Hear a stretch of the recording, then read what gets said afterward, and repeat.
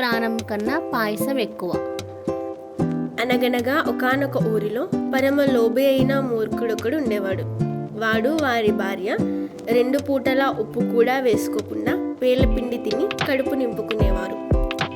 అలాంటి లోబికి ఒకనాడు పాయసం తినాలని బుద్ధి పుట్టింది. ఏమే పాయసం తినాలనిపిస్తోంది, పాయసం చేయి. అలాగేనయ్యా, చేస్తాను. లోబి తల వాకిలి గడియ పెట్టి తన భార్య చేత పాయసం చేయించసాగాడు. ఇంతలో లోబి స్నేహితుడు వచ్చి తలుపు తట్టాడు. లోబి భార్య వెళ్ళి తలుపు తీసింది.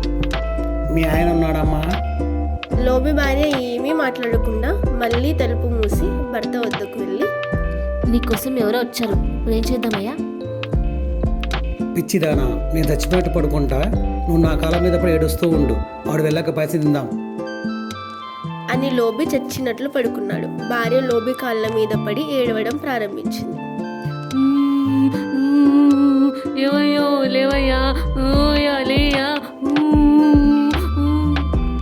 ఇంతలో లోబి స్నేహితునికి ఏడుపు వినపడి, అరే ఇందులో ఏమైంది, ఈమె ఎందుకు ఏడుస్తుంది అని అనుకుంటూ కిటికీ దగ్గరకు వెళ్ళి లోపలికి తొంగి చూశాడు.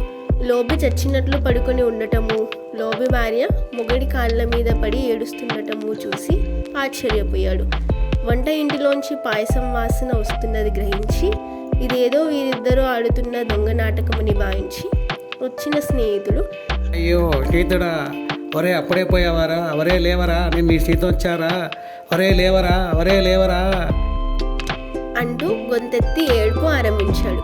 ఈ ఏడుపు విని చుట్టుపక్కల వారందరూ వచ్చారు. వాళ్ళు లోబి నిజంగానే చనిపోయాడని భావించి లోబి శవంను తీసుకెళ్లడానికి పాడె మొదలైనవి ఏర్పాట్లు చేశారు.